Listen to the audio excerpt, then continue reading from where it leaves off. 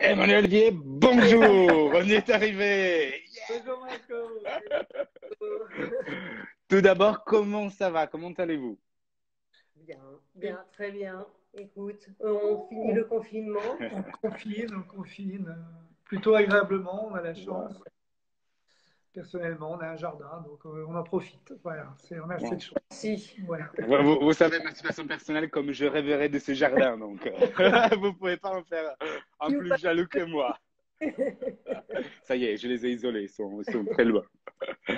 Alors, tout d'abord, peut-être, voilà, tout d'abord, merci beaucoup d'avoir accepté notre invitation. Je suis très content de pouvoir échanger avec vous. Vous êtes quelqu'un de très important pour notre milieu, dans notre secteur, pour votre double casquette, pour tout ce que vous avez fait avec vos boutiques et comme vous êtes en train d'aider les jeunes marques avec Maison de Mode, c'est super. Donc, voilà, on pensait justement que c'était intéressant d'échanger avec vous. C'est plutôt en retour d'expérience, partager justement vos pensées. On a reçu quelques questions, donc j'aurai le plaisir de vous les poser. Après, par contre, toutes les personnes qui nous écoutent, si vous voulez poser des questions, juste en bas, vous mettez un petit commentaire. On va essayer de répondre au maximum à tout le monde à fur et à mesure. Tout d'abord, peut-être, pour ceux qui ne vous connaissent pas, je pense pas beaucoup, mais bon, on ne sait jamais. Peut-être voulez-vous bien vous présenter comme Série Noire, Maison de Mode, votre parcours, voilà.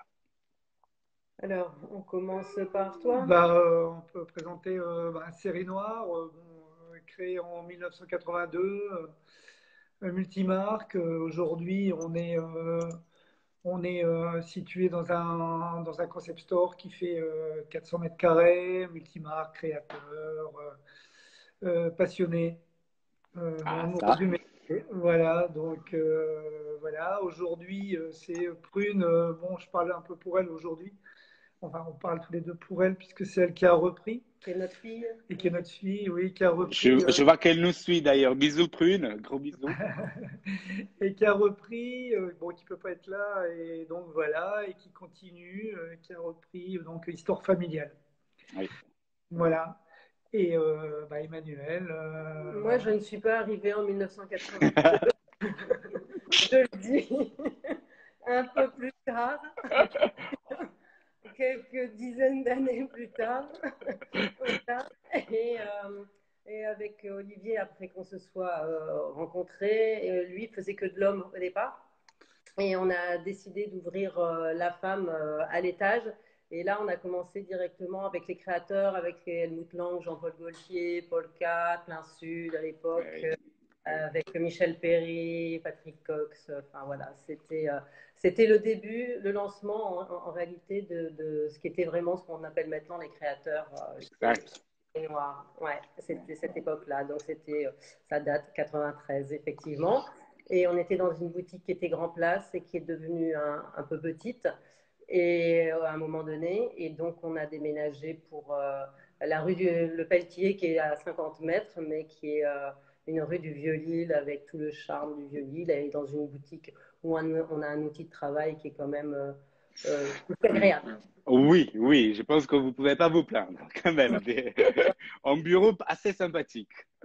Tout à fait. Et puis en 2017, la présidence de Maison de Mode a changé. Donc c'est le directeur d'Esmod Roubaix qui a repris la présidence et qui nous a demandé si Philippe Zmeron, bien sûr, merci pour le citer, et qui nous a demandé si on voulait prendre la direction, la codirection. En réalité, c'était une condition sine qua non pour lui pour qu'il prenne la présidence, puisque c'était les pouvoirs publics qui lui avaient demandé. Et donc, on a accepté et on vit la belle aventure aussi en soutenant des jeunes marques de création, qui est un travail qui est tout aussi passionnant parce qu'on a affaire à beaucoup de gens, il y a beaucoup d'humains dedans, c'est des jolies histoires. Et puis, on a aussi affaire à des passionnés aussi. Donc, c'est très important. Ouais. Voilà. Bien sûr, je pense que la passion, encore plus en ce moment, j'ai envie de dire, ça doit être vraiment le moteur et c'est sûr que c'est on va dire, une valeur que nous avons en commun depuis toujours, et Trano, et même au-delà de moi. Je sais que vous êtes dans nos allées du salon depuis tout le temps, à chaque fois, toutes les saisons. Depuis la première saison. Ça, c'est bien, bravo. Et voilà, vous êtes toujours là pour essayer de chercher de nouveaux talents et aussi revoir des personnes avec lesquelles vous travaillez depuis longtemps maintenant quand même. Donc merci pour cette fidélité. Merci à vous. Voilà, commençons peut-être déjà pour savoir un peu comme vous êtes en train de vivre un peu ce moment, la situation actuelle, comment ça se passe. Je pense que c'est un peu la question que tout le monde se pose, qui aimerait, en tout cas les marques qui aimeraient poser aux détaillants, comment ça se passe avec les livraisons de l'été, comment vous avez fait avec les commandes que vous avez commencé à passer en novembre, j'imagine, jusqu'à mars quasiment. Comment vous avez pu justement jongler avec vos budgets, avec votre condition actuelle? Parce que c'est vrai que aussi les boutiques, vous devez, c'est bien, vous aimez racheter beaucoup de choses, mais parfois il faut quand même, il y a une réalité, des chiffres et une possibilité de revendre avec laquelle il faut se comparer. Donc comment vous avez géré cette situation? Cas par cas. Par cas. Toutes les commandes, franchement, toutes les commandes ont été maintenues. Après, ça a été du cas par cas avec les marques, avec les fournisseurs. En réalité, plus les groupes sont gros, plus ils étaient fermes. Mais c'est vrai, c'est comme ça. Et par contre, qu'est-ce que j'allais dire? Il y en a qui ont proposé, par exemple, de livrer le solde, mais avec moins 20%. Il y en a qui ont fait 100% de livraison, mais sans paiement à l'avance, qui ont été plus souples. Il y en a qui ont carrément été super cool, qui sont plus petits. Et franchement, donc c'est de la négociation de personne à personne. Et voilà, c'est vraiment les rapports qu'on a avec les fournisseurs. Il faut dire aussi que on a toujours travaillé avec nos marques très longtemps. Voilà, on fait des marques pendant 20 ans, WMaster 20 ans, Black Vegas, Jean-Paul Gaultier. Pareil, donc on a fait Rick Owens, on l'a fait depuis le début et on l'a encore en boutique. Donc on est super fidèles et parfois ça s'oublie pas non plus. Il y a des fournisseurs qui sont quand même là aussi pour aider. Olivier. Ouais, en fait, pour être plus cru, on a été livré en fait sur l'été à 85-90%. Okay. Donc, on a cette marchandise qui est là. Donc, de toute façon, elle est arrivée et il faut la gérer. J'ai envie de dire, voilà. Donc, on a utilisé, on a été multicanal. C'est-à-dire qu'on a plusieurs possibilités. On a notre site internet depuis très longtemps qui nous permet de nous rapprocher, j'ai envie de dire, par rapport à une clientèle qui est plus de proximité. Donc, le principe du click and collect. Après, sur les produits qui sont des produits comme des garçons, qui sont des produits hyper stables et pour lesquels on a toujours une demande. On a la plateforme Farfetch, pour ne pas les citer, mais qui nous aide pour aussi essayer de se déstocker, et en tout cas de vendre, j'ai envie de dire, dans les meilleures conditions. Et après, on a une clientèle proche avec qui nous contacte toujours, qui a toujours envie de quelque chose. Et on est vraiment sur la proximité, sur l'écoute de nos clients. Sur l'humain. Voilà, vraiment, on est sur l'humain via notre site. On essaie de transcrire voilà, ce qu'on est. Et je pense qu'il n'y a pas d'autre possibilité que d'être multicanal. Voilà. Et puis, c'est aussi important, peut-être aussi rappeler, j'ai toujours une conversation en tête, et je pense que je vous l'avais aussi dit avec Andrea Rossi de Marcel, qui me disait, mais Marco, mais tu sais, pour moi, la chose la plus importante, en fait, c'est être une équipe avec le détaillant. Il faut qu'on s'approche parce que c'est vrai, je lui livre à la marchandise, tout ça, mais après, il faut essayer de satisfaire le client final. Il faut qu'ensemble, en fait, se dire, bon, t'as vendu quoi, t'as fait quoi, t'as besoin de quoi? Il faut être ensemble. Si la relation s'arrête simplement à la livraison, malheureusement, ça va pas durer très longtemps. Donc, voilà, surtout en ce moment, peut-être effectivement essayer de trouver d'autres idées pour écouler les stocks ou autres. Il y a certains qui parlent de solutions. Je pense qu'effectivement, des solutions, il n'y en a pas vraiment. Il y a voilà, il y a des idées et peut-être de nouvelles façons d'écouler des stocks ou de faire des ventes parce que quand même, il faut continuer à vendre. On ne peut pas sauter une saison. Ça, je pense que c'est vraiment en commun pour nous tous. On a tous besoin d'avoir dans des boutiques, en tout cas, avoir de la nouveauté et essayer de proposer quelque chose de nouveau. Donc, vous, au-delà justement du Farfetch, vous travaillez depuis longtemps. Votre site aussi, vous êtes en train de le pousser énormément. Le digital, depuis le confinement, je sais, même avant, vous êtes en train de viser beaucoup là-dessus. Maintenant, avec le confinement, tout ça, vous avez encore poussé davantage? On a une refonte, on est en train de faire, enfin avant le confinement, on était en refonte du site et c'est drôle parce qu'avec avec Maison de Mode aussi d'ailleurs, pour promouvoir plus nos créateurs.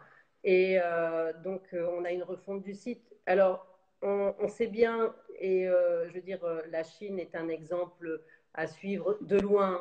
On est européen quand même, donc c'est quand même de loin à les suivre, mais eux, ils ont augmenté de plus de 30% leur digital. Eux, s'ils le font à 30%, mais ils ont l'habitude de faire comme ça. Et ils n'ont pas ce côté petite boutique comme on a en France ou en Europe, où on a des petits multimarques, etc. C'est les gros buildings ou les gros malls plutôt là-bas. Mais ils ont beaucoup enfin, voilà, ils sont partis à fond sur le digital. Alors maintenant, on sait que ça prend aussi du temps. Il y a les moteurs de recherche qui doivent passer aussi sur les AdWords, etc. Tout ça, c'est des choses qu'il faut maîtriser. Mais ça va arriver aussi chez nous beaucoup plus. Mais moi, je crois toujours au physique mêlé. Ouais, en fait, c'est le site au service du retail. Et en fait, voilà, c'est complémentaire et c'est vraiment. Et en plus, c'est notre ADN, c'est-à-dire la proximité du client. Et notre site, il sert aussi à ça, c'est retranscrire ce qu'on est, ce parti pris qu'on a toujours eu par rapport à la passion, l'amour de ce métier. Parce que de toute façon, si on n'est pas amoureux de ce métier, bien sûr, ah bah. C'est sûr, c'est sûr. Après, je pense que ça aussi, c'est un autre point que nous avons en commun parce que, effectivement, nous aussi, avec nos événements, euh, pour vous expliquer ces bagues de Rosa Maria et tout ça, il faut que Monique, Rosie, Claire, l'équipe, ben voilà, soient là pour vous les montrer. Oui, après une saison, vous pouvez commander sur Internet ou autre chose, mais vous avez quand même besoin de ce rapport physique avant tout. Puis après, effectivement, le digital doit être en support pour aller un peu plus loin de ce que nous connaissons. Et puis après, c'est vrai que c'est des moments où il faut se réinventer. On parle beaucoup d'innovation, mais qu'est-ce que ça veut dire l'innovation? Il faut vraiment essayer de la pousser davantage. Après, c'est sûr que cette crise est en train de changer tous les calendriers mode. Donc, tout le monde tout va être basculé. Vous, de votre expérience ou vos besoins, comment pensez-vous qu'ils vont être un peu chamboulés? Parce que tout le monde parle, il faut changer les soldes, il faut les anticiper. D'autres, non, non, surtout pas, moi, ça me convient très bien. Pareil pour les achats, il faut acheter un préco en main, on achète en novembre. C'est assez chaotique, pour pas utiliser d'autres mots. Mais quelle est votre pensée là-dessus? Alors, moi, je vais donner la mienne. Bon, on est quand même dans une expectative, hein, Marco, et on a tous les yeux rivés sur Paris. Donc, parce que les étrangers, s'ils peuvent se déconfiner, je parle de l'Asie, les États-Unis, la Chine et le Japon, forcément, s'ils peuvent se déplacer, je ne pense pas qu'ils vont le faire 50 fois donc, dans le mois. Donc, s'il y a 2 Fashion Week en septembre au début octobre, je pense que vu la situation, que tous les salons, les gros showrooms, etc., s'il pouvait se passer quelque chose, alors je sais que le temps imparti est vraiment très court, mais s'il pouvait avoir quelque chose aussi de main dans la main, parce que nous, on a besoin de vous aussi pour mieux travailler, parce que courir tous les showrooms comme ça, on en est épuisé. Et c'est les étrangers, on sait que ce n'est pas le marché français qui fait vivre non plus toutes les marques, c'est aussi beaucoup le marché étranger quand on parle de la Fashion Week à Paris et à Milan aussi. New York et Londres, mais et puis on a aussi les yeux rivés sur Londres qui va le faire en digital. Bah Ça oui. aussi. parce que ça va être une nouvelle expérience. Mais on est aussi un peu pendu aux lèvres de qu'est-ce qui va se passer voilà, en septembre. Qu'est-ce qui va se passer? On sait qu'on n'aura pas le juin, ça c'est voilà. Non, juin, on sait qu'il n'existera pas. D'ailleurs, justement, Olivier, comment tu penses, tu pourras acheter de l'homme en septembre? C'est trop tard? Ou si les livraisons sont respectées dans le calendrier, ça peut marcher quand même? Alors, je pense que de toute façon, c'est un cas exceptionnel. Je veux dire, ce qui se passe, puisqu'on, enfin, t'en as parlé au début, je pense qu'il y a le problème des soldes. Les soldes qui sont à proximité de cet été. Donc ça, je pense que changer la date des soldes, de toute façon, on n'y arrivera pas. Ah, Au site, les gros sites. je vous. Il m'a plu? Moi, j'étais toujours. Ah, ça y est, c'est bon. Voilà. Les gros sites qui, je pense, vont casser les prix. De toute façon, donc c'est sûr. Et quelque part, on peut pas empêcher le retailer parce qu'il est stocké, de faire rentrer de la trésor. Hein. On n'avait pas de recul, c'était pas prévisible. Je pense que s'il y a un truc à faire, là, aujourd'hui, on s'est positionné, quasiment tous les détaillants se sont positionnés sur la collection d'hiver. Est-ce qu'il ne serait pas, et là on a du recul, plus intelligent de décaler la date des soldes de l'hiver, qui permettrait justement, on pourrait, entre guillemets, légiférer et laisser une plus grande période de vente générant de la marge sur la collection d'hiver qui, comme tu sais, c'est la collection la plus forte. Bien sûr. Et du coup, c'est sûr que ce qui va se passer en septembre, se positionner sur l'été, ça va être le plus périlleux. Et on sait que tout le monde va être hyper prudent, puisque en plus c'est échaudé par le Covid. Donc, est-ce que l'intérêt pour les détaillants, c'est pas faire durer cette collection hiver, qui est la meilleure, qui est la meilleure, je pense que d'une Plus manière rentable. tout le monde, tu vois. Et du coup, plutôt que de la faire sur une période, ne pas faire les Black Friday, ne pas faire, essayer de la faire et générer de la marge jusque février, faire des soldes peut-être fin février, et en même temps, ces périodes d'été, se les faire livrer, sur lesquelles on peut aussi générer de la marge. Voilà. Et je pense que c'est important, c'est là où on peut se refaire, c'est optimiser les stocks de manière et ne pas les acheter en pensant les faire sortir immédiatement. Quoi. Tu vois, c'est un truc, je ne sais pas, moi, c'est auquel je pense et je pense que c'est le seul moyen de légiférer les soldes. Pour cet été, très franchement, je pense que ça va partir dans tous les sens. Oui, non, non, bien sûr. Et puis après, c'est vraiment, on va dire, tout le monde, mais partout dans le monde, ils sont tous en train d'essayer de résoudre ce problème qui est le stock. Qu'est-ce qu'on va en faire? Comment on peut l'utiliser? On peut pas le rendre aux marques.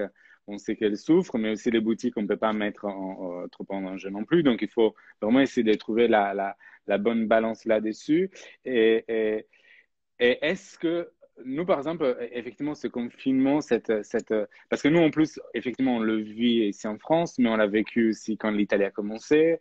On l'a vécu en Chine. Je me rappelle qu'on devait lancer aussi notre événement Nova aussi en mars, donc on l'a suivi depuis tout le début. Donc, je pense que ça a changé beaucoup notre mentalité et notre aussi façon de communiquer, de nous rapprocher, de travailler. Et est-ce que vous pensez que ça a changé votre façon aussi d'acheter, comment vous allez acheter prochainement et sur la saison prochaine, mais aussi dans le futur, vous allez acheter de façon différente? Ben, je pense en ce qui nous concerne, pour Série Noire, on a une identité.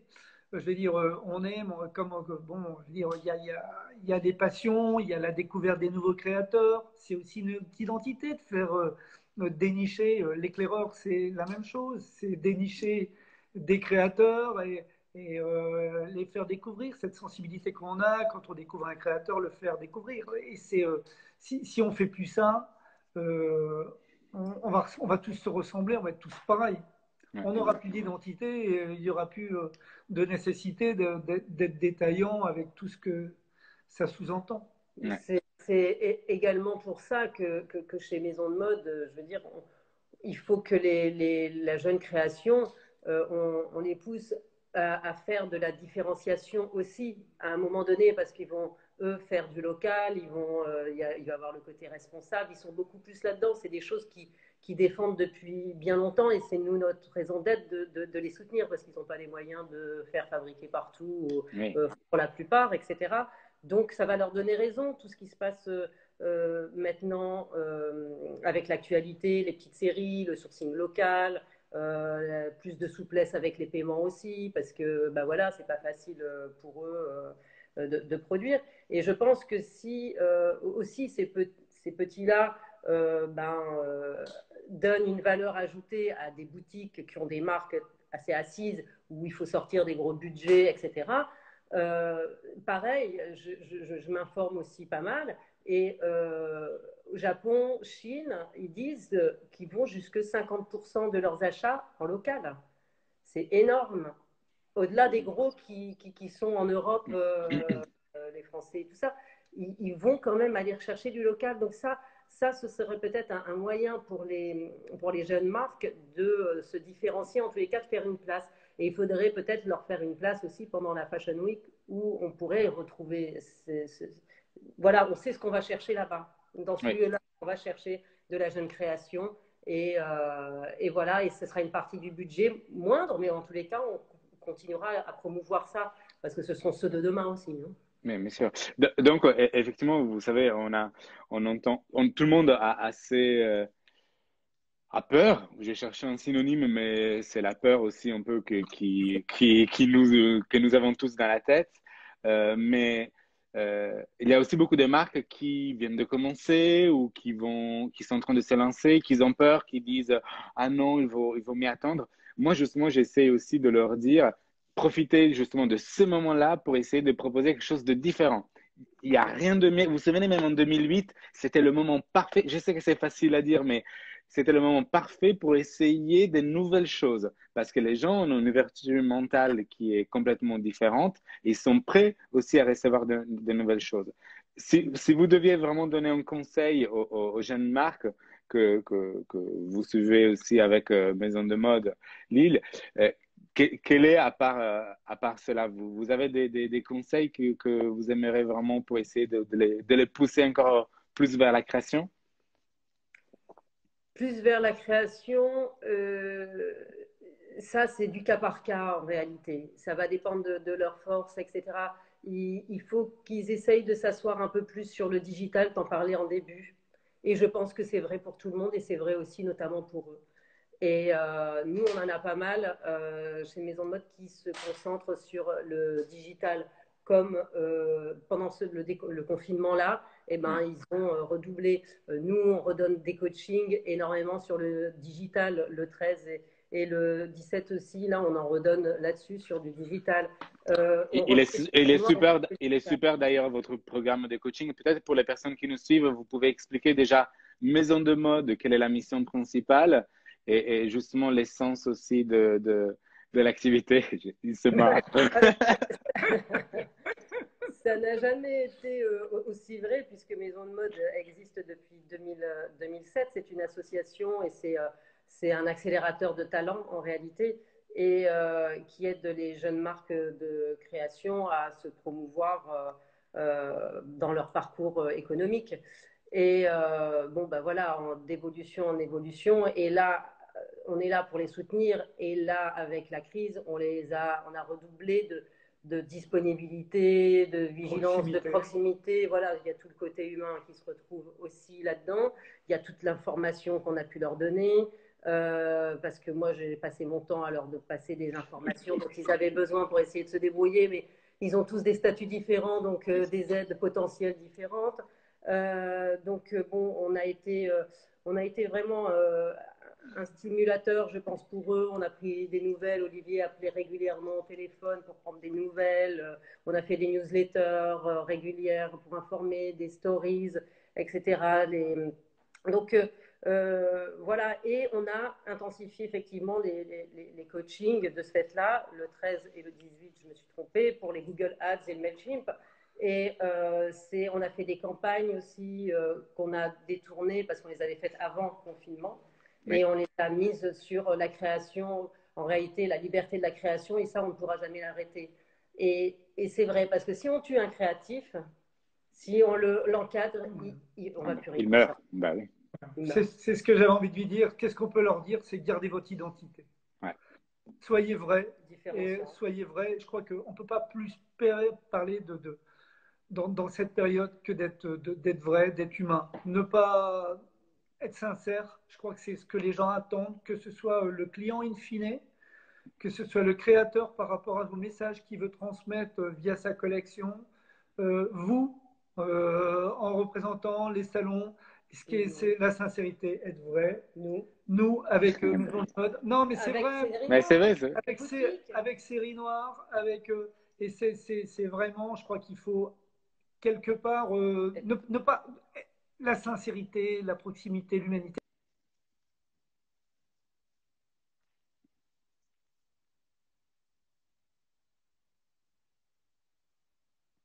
Ah, je pense que je vous ai perdu. Je vous ai perdu à nouveau. Ouais, ça y est. Okay. Donc, je disais être partenaire. Pour moi, je pense que c'est vraiment le nerf. C'est la solidarité qu'on a retrouvée ici pendant ce confinement. Je pense que on va pas vouloir le perdre non plus demain. Et nous, avec nos fournisseurs, heureusement qu'on a eu aussi, par exemple chez Série Noire, heureusement qu'on a eu les rapports qu'on a avec les banquiers, qu'on a avec notre propriétaire, avec le staff, qu'on a avec le staff. Notre staff est à l'écoute de notre staff. Ça, c'est hyper important. Je veux dire, autant de nos clients, on forme des équipes, on doit être à l'écoute, sans cesse, en fait, des acteurs qui font que Série Noire existe.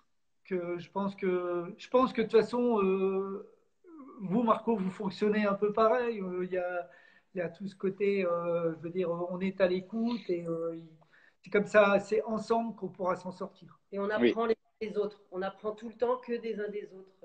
C'est pas parce que on est un plus jeune créateur qu'un plus assis ne peut pas en apprendre de lui et de voilà. Mais ça, c'est. Non, bien sûr. Et puis aussi, c'est aussi ce que vous disiez aussi, c'est aussi la différence. C'est moi, mon histoire, mon passé, qu'est-ce que je peux apporter avec votre histoire, avec celle-là des autres. Et il faut essayer justement de partager, que ce soit dans du physique, que ce soit du digital. Il faut vraiment qu'il y ait une communauté. Et c'est aussi le but de ces échanges. C'est vraiment qu'on ait une communauté, qu'on puisse échanger sur des sujets différents, faire sans donner des leçons, parce que personne ne peut donner des leçons aujourd'hui, mais c'est plutôt des retours d'expérience. Vous, votre histoire, ce que vous vivez, voilà comment ça se passe. Nous, par rapport à notre positionnement, voilà ce que nous vivons. Moi, ce que j'essaye par contre aussi de dire le plus aussi aux marques, aux jeunes marques, c'est de ne pas avoir peur, d'essayer d'être créatif et de pousser.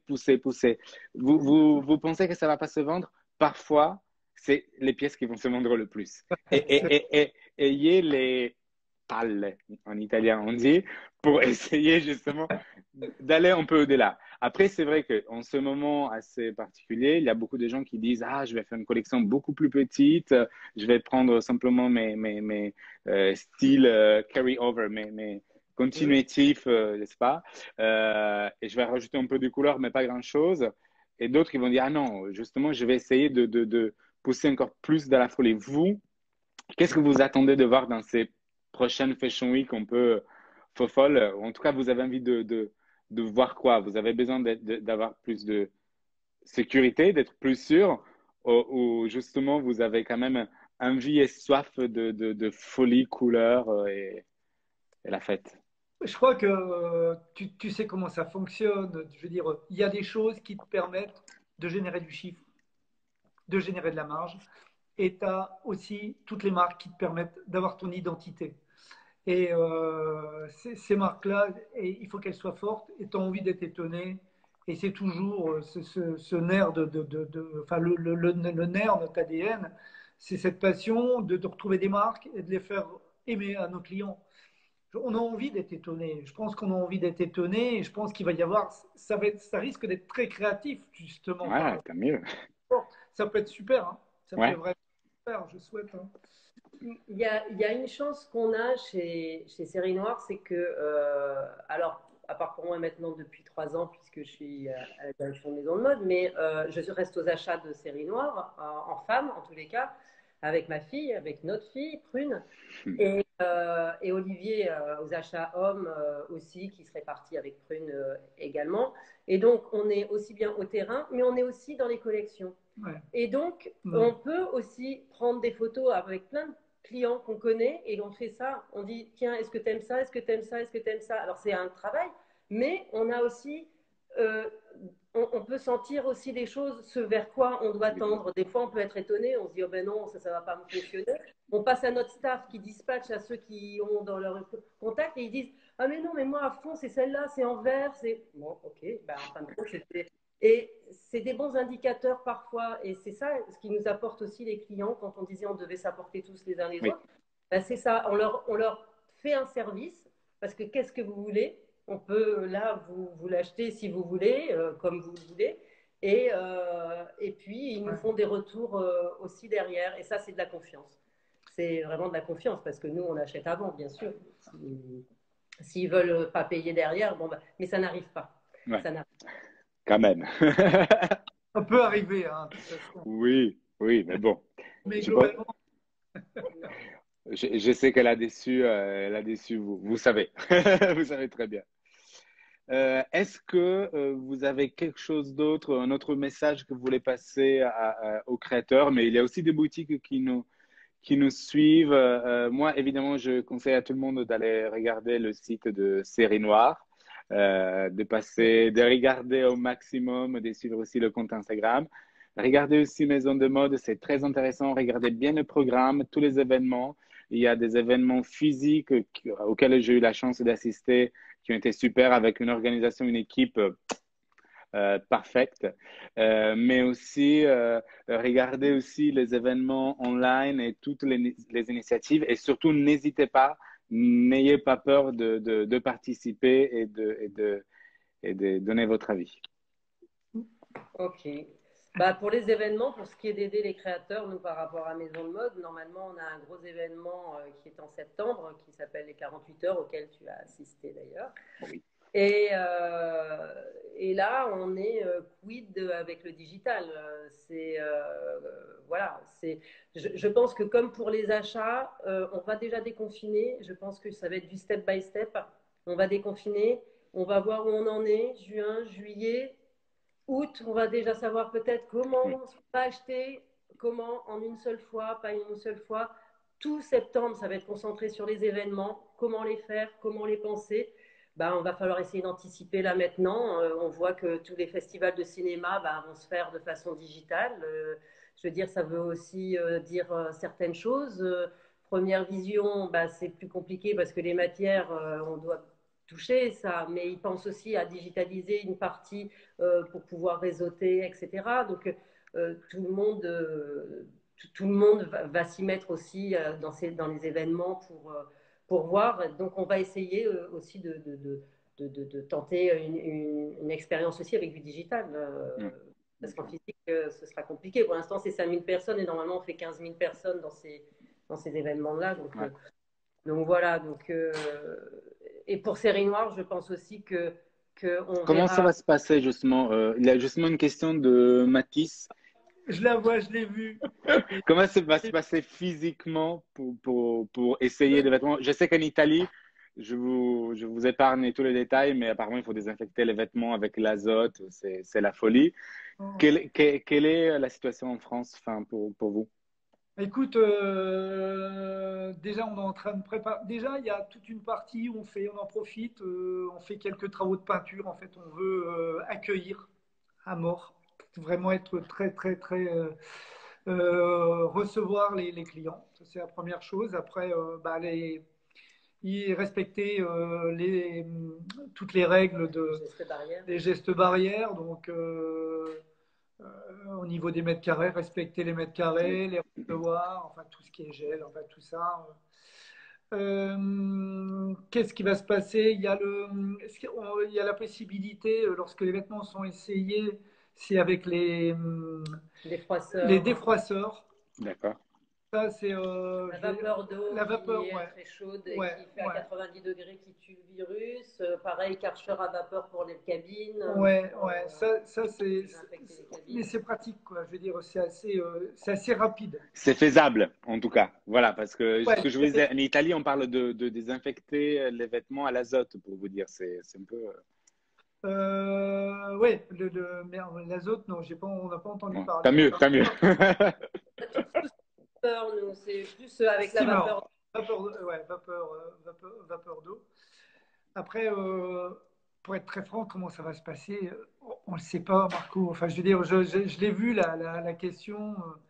Euh, on va essayer de rassurer nos clients au niveau de l'hygiène, au niveau des barrières. On va essayer d'être présent, de leur présenter des belles collections pour les inviter à revenir, pour les solliciter, pour les rassurer, voilà quoi. Je pense que il y a des clients qui ont envie de revenir. Moi, Bien je le sûr. vois. Ouais, il y a vraiment, ils ont envie de revenir. Il y en a qui nous demandent pour revenir là. Ils appellent, ils choisissent quelque chose pour venir le chercher. Le magasin, c'est un chantier. Hein. Ouais, C'est tu veux... pas 2 mois fermé. Et, mais ils s'en foutent. En fait, ouais. ils ont envie. Et je pense que voilà, ce sera. Mais on est tous dans l'inconnu. Je veux dire, on n'a pas on peut pas rassurer quelqu'un. Je veux dire, on a notre expérience, mais on peut pas. On le sait pas ouais, réellement comment vont réagir. Est-ce qu'ils vont être à la porte tu vois ce que je veux dire Bien sûr. euh, Ce que je suis sûr, c'est que vous serez là-bas avec le grand sourire, la pêche, la patate, C'est bien ça. accueillir comme vous savez faire. Ça, c'est Voilà, sûr et certain. c'est ça. Ça, c'est très important. Et puis après, je pense que aussi petit à petit, les gens vont prendre confiance, vont essayer de venir voir. Mais vous, vous serez là-bas, ça, j'en suis sûr, Ouais, avec toute ouais, la force, ça, c'est sûr. ouais, à fond. Ouais, Bon, ouais. je ne veux pas vous tenir trop longtemps non plus. On a fait quand même déjà plus de 40 minutes. Ouais, c'était un peu dur de passer, hein. Ouais, bah, si c'était pour moi, je pourrais continuer encore des heures, mais bon, on va couper On est des bavards. Hein. à ça. Merci en tout cas beaucoup, merci beaucoup, beaucoup, beaucoup de votre participation. Je vous souhaite le mieux pour ce déconfinement, pour tous les projets de maison de mode dont Trano est partenaire, bien évidemment. Marco aussi, il y a des gens qui veulent des détaillants, ou qui veulent s'entretenir avec nous. Je pense que, comme j'ai dit, plus on est unis, plus on est fort. Et si on peut échanger, il y a toutes les coordonnées sur l'Insta. On peut échanger, donner des idées. C'est possible de faire ça. On est disponible. Ben, même nous, comme Tranoï, n'hésitez pas, on peut aussi créer quelque chose pour que justement tout le monde échange. Et il faut aussi prendre les choses comme elles viennent, il faut être positif, il faut échanger, essayer de créer. Et l'innovation, ça fait partie aussi, l'innovation n'est pas technologique, elle est aussi mentale. Et il faut essayer de la pousser au maximum.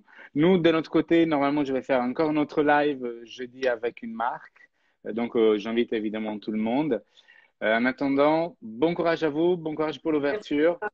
Merci. Merci beaucoup. Merci. Merci à tout le monde. Merci. Bisous à tout le monde. Ciao, merci à Bye vous, bye. bisous, bisous. Ciao, ciao.